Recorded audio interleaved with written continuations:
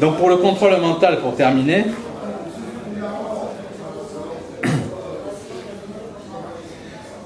vous avez dans Le Monde, le journal Le Monde, donc toujours c'est bien sourcé, hein, Le Monde du 17 juillet 2008, dans un article qui s'appelle « Tous les souvenirs sont faux », mentionne que depuis les années 1980, aux États-Unis, des centaines de procès mettent aux prises des enfants accusant leurs parents d'abus sexuels ou de pratiques sataniques. Le Monde mentionne ça et il dit après: les victimes se retournent ensuite contre le psychothérapeute ayant introduit des souvenirs, c'est-à-dire des faux souvenirs, dans la mémoire. Ces faux souvenirs masqueraient des expériences traumatiques. C'est-à-dire qu'en fait, le contrôle mental commence par ça. Il y a des techniques d'incrustation de faux souvenirs pour masquer des réalités.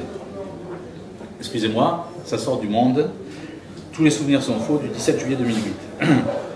C'est exactement l'histoire de Vicky Pauline qui déclare ça sur les plateaux de la célèbre animatrice américaine Oprah Winfrey, qui raconte avoir été violée par son père, mise enceinte, avortée, etc. Mise enceinte par son père. C'est logique, nous sommes dans une structure satanique, comme avec la reine des Pays-Bas. Elle dit cela le 1er mai 1989. Alors, vous avez effectivement, vous voyez, le contrôle mental n'est pas une lubie, hein, on en parle quand même dans les journaux tout à fait, on va pas dire sérieux, parce que Le Monde n'est pas un journal sérieux. Mais bon, quand même, quand ça vient sur les œufs, ça fait plaisir, donc on le mentionne. Vous avez ensuite donc des spécialistes qui luttent contre le contrôle mental, donc il y a Springmeier, effectivement. Il y a aussi l'auteur Jim Case, qui décède en 1999, et dans son livre Saucer of the Illuminati, les soucoupes des Illuminati, avance que la médiatisation des enlèvements par les extraterrestres bien introuvables a pour objectif de camoufler des opérations portant sur le contrôle du comportement et sur le développement de nouveaux projets d'armement consacrés à la manipulation mentale. Le docteur Colin Ross, psychiatre spécialiste de la fragmentation de la personnalité et de la programmation mentale, clinicien de renommée internationale, auteur de plus de 150 livres, fondateur de l'Institut portant son nom sur la recherche du traumatisme psychologique et président de l'International Society for the Study of Dissociation, explique que la CIA et l'armée dirigent des manipulations psychologiques à grande échelle. Il affirme que des psychiatres travaillant pour la CIA ont découvert par le trauma, par l'usage des drogues et par l'hypnose, le moyen de superposer des personnalités multiples et d'insérer des faux souvenirs. Vous avez aussi le docteur Ronnie Kild, ex-officier médical en chef en Finlande, rapporte que les technologies du contrôle mental sont utilisées. Pourquoi tous ces pingouins qu'on retrouve avec Mera, qui était en même temps à la prison de Toulouse et en Afghanistan, pourquoi ces hommes politiques ne parlent jamais de contrôle mental? Alors que c'est un sujet tout à fait sérieux, et ce sont des universitaires et des médecins qui en parlent, voire des officiers de l'armée. Comme par hasard, la CIA et Roswell et les soucoupes volantes en 1947. Oui, ça c'est ce que je note. C'est-à-dire que l'histoire des soucoupes volantes avec Roswell, la CIA et les premières soucoupes volantes qui apparaissent à Kenneth Arnold, qui est un pilote américain, tout apparaît en 1947. Période charnière.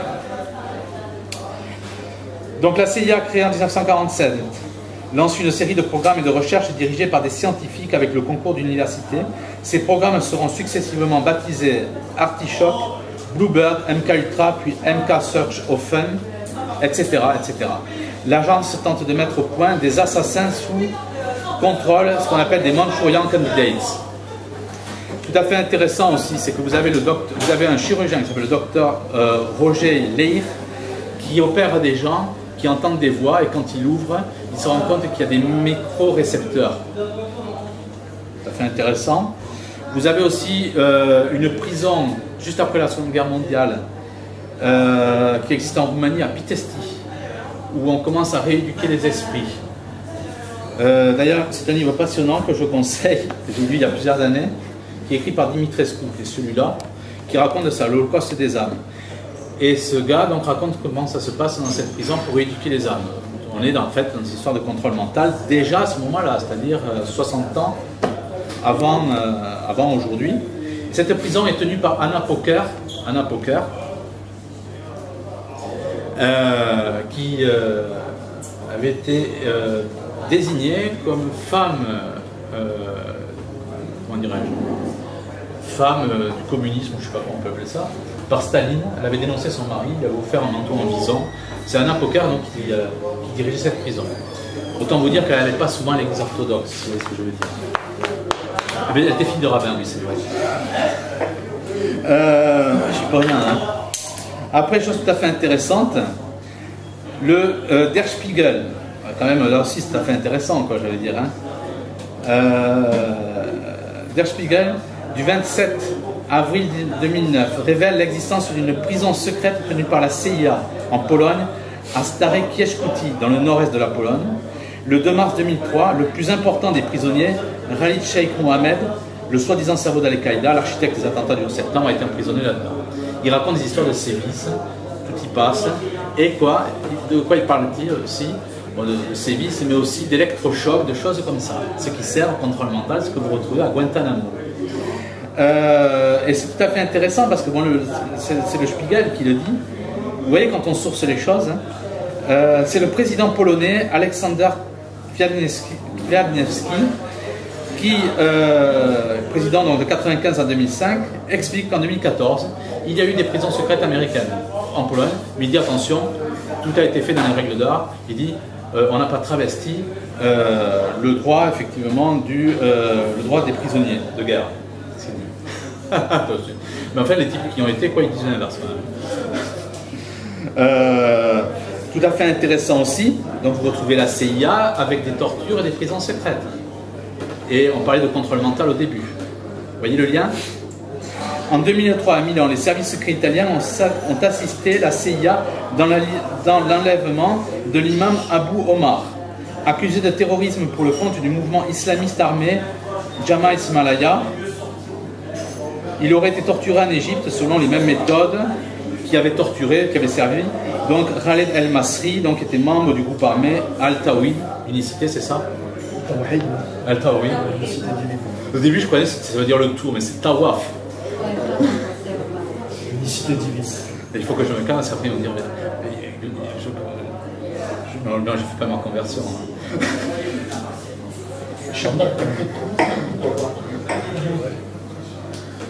Machallah, après tu diras. Inch'Allah. Ah, mais j'ai du mal, il y a des trucs, moi, mais fait pour la foi, le plus dur, c'est. Enfin bon, c'est pas les musulmans, quoi. C'est un peu comme ça. Bon, bref. Et qu'est-ce qu'on constate aussi? Le MI6 a aussi livré au Maroc, pour le compte de la CIA, du matériel pour les interrogatoires, qui ont servi donc, pour ces personnes, etc. Je suis sur la fin. Donc, depuis janvier 2009, un réseau de l'intraitable Ben Laden implanté en Arabie Saoudite et au Yémen, c'est-à-dire Al-Qaïda dans la péninsule arabique, AQAP. Donc, qu'est-ce qu'on remarque? Les services secrets estiment à 2000 donc, le nombre de ces combattants. Ce groupe en pleine structuration, donc en 2009, comprenait des anciens du camp de Guantanamo. C'est-à-dire des islamistes à un certain moment, on les a lâchés dans la nature. Mais ils racontent aussi la même chose, c'est-à-dire qu'ils ont été torturés, etc., etc. Alors, j'en reviens à ce que disent Jim Case, effectivement, le docteur Colin Ross, le docteur Ronnie King, c'est-à-dire que par le traumatisme, on crée d'autres personnalités qui vont devenir des esclaves sexuels ou des terroristes sur un déclencheur, c'est-à-dire une couleur, un mot, un son, un truc, voilà. Alors, de facto, que se passe-t-il? Que se passe-t-il? D'ailleurs, oui, je précise une chose, c'est que la base de Guantanamo était à Cuba. Le docteur, comment s'appelle-t-il? Rod Krantz explique quand même, c'est assez marrant, que Castro appartiendrait à l'élite mondiale. Alors Castro était contre la présence de cette base. Castro qui, d'après Rod Krantz, c'est d'origine juive. Il y a des choses, ça fait toujours... Enfin, c'est comme ça. Voilà.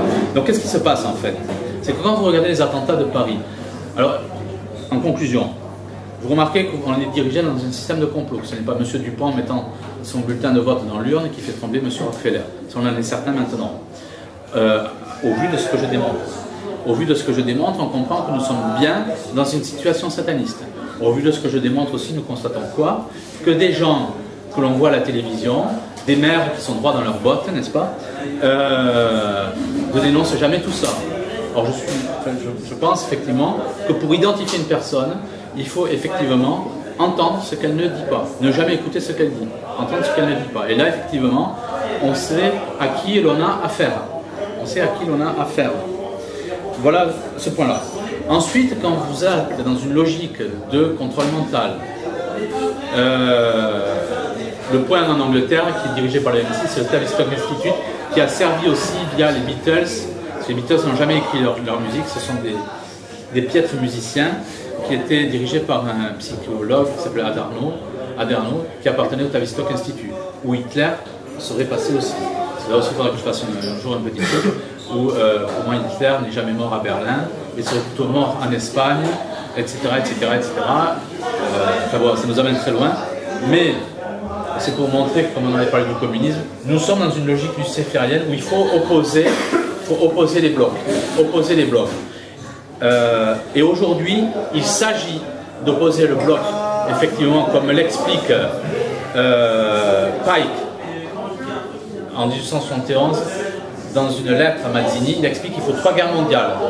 Et la 3e guerre mondiale opposera le bloc de l'islam au bloc sioniste. C'est ce qu'il écrit. Alors les francs-maçons disent que ça c'est faux, etc. Mais ça c'est publié par Pion sur l'échiquier en 1955, où cette logique n'était pas encore si voyante. Donc qu'est-ce qui se passe? C'est que tout simplement, quand vous avez une lecture de cette hiérarchie satanique qui domine le monde, c'est-à-dire nous sommes dirigés par la secte la plus secrète au monde qui est sataniste, et que vous avez du contrôle mental pour fabriquer de faux terroristes, et que vous voyez la numérologie, pas une seule seconde, vous ne pouvez penser, si vous êtes un peu intelligent, si vous n'êtes pas collé à votre écran, pas une seule seconde, les attentats ne sont faits par les musulmans. C'est un mensonge énorme. Si vous avez la grille de lecture, le contrôle mental, vous comprenez pourquoi des musulmans se font sauter alors qu'ils ont 5 ou 6 enfants avec une femme, et puis quand vous allez soi-disant visiter le voisinage du monsieur terroriste, vous découvrez quoi? C'était quelqu'un de calme, quand il allait relever le courrier, il me disait bonjour, ou que sais-je, enfin je sais pas. Non, enfin l'histoire c'est que ce type un jour est passé, il faut regarder le cursus, par une prison, il a été fabriqué pour effectivement devenir un terroriste, et les gens qui sont sous contrôle mental s'ignorent, ne le savent pas. Voilà. Donc nous sommes dans une logique de 3e guerre mondiale. C'est pour ça que nous allons voir de plus en plus effectivement des attentats sous fausse bannière avec des musulmans qui crient Allah Akbar. Ça va être des cartes d'identité dans les voitures, vous voulez dire, que sais-je. On va en avoir plein. Et c'est toujours les mêmes idiots qui vont se faire avoir, c'est-à-dire des gens qui ont besoin d'une lecture primaire, d'une compréhension primaire. Et à l'heure actuelle, le débat qu'il faut avoir, c'est un débat où il faut dénoncer ça. Et comme par hasard, les gens qui attaquent l'islam, n'attaquent jamais effectivement le satanisme dans le monde. À croire qu'effectivement ces gens ont effectivement double casquette. C'est qu'aussi, nous aussi, du côté de l'islam, on a un côté satanisme. Mais ça c'est autre chose. Dans toutes les religions, voilà, ça c'est autre chose. Ça arrive à manipuler tout le monde. Mais ça c'est encore autre chose. Là je parle d'une... Oui, mais toi tu parles des rois Séoud, c'est ça? Entre autres, mais tu peux parler du roi du Maroc.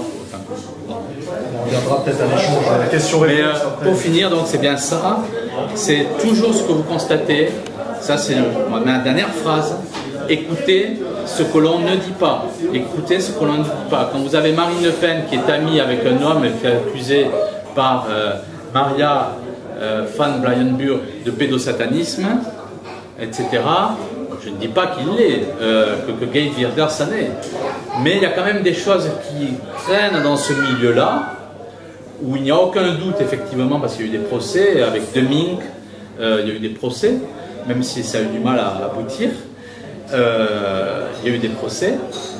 Pourquoi ces hommes politiques ne font jamais exploser les scandales lorsqu'il s'agit, effectivement, lorsqu'il s'agit de dénoncer les conséquences du satanisme? Pourquoi ne le font-ils jamais alors qu'ils sont dans les sphères du pouvoir?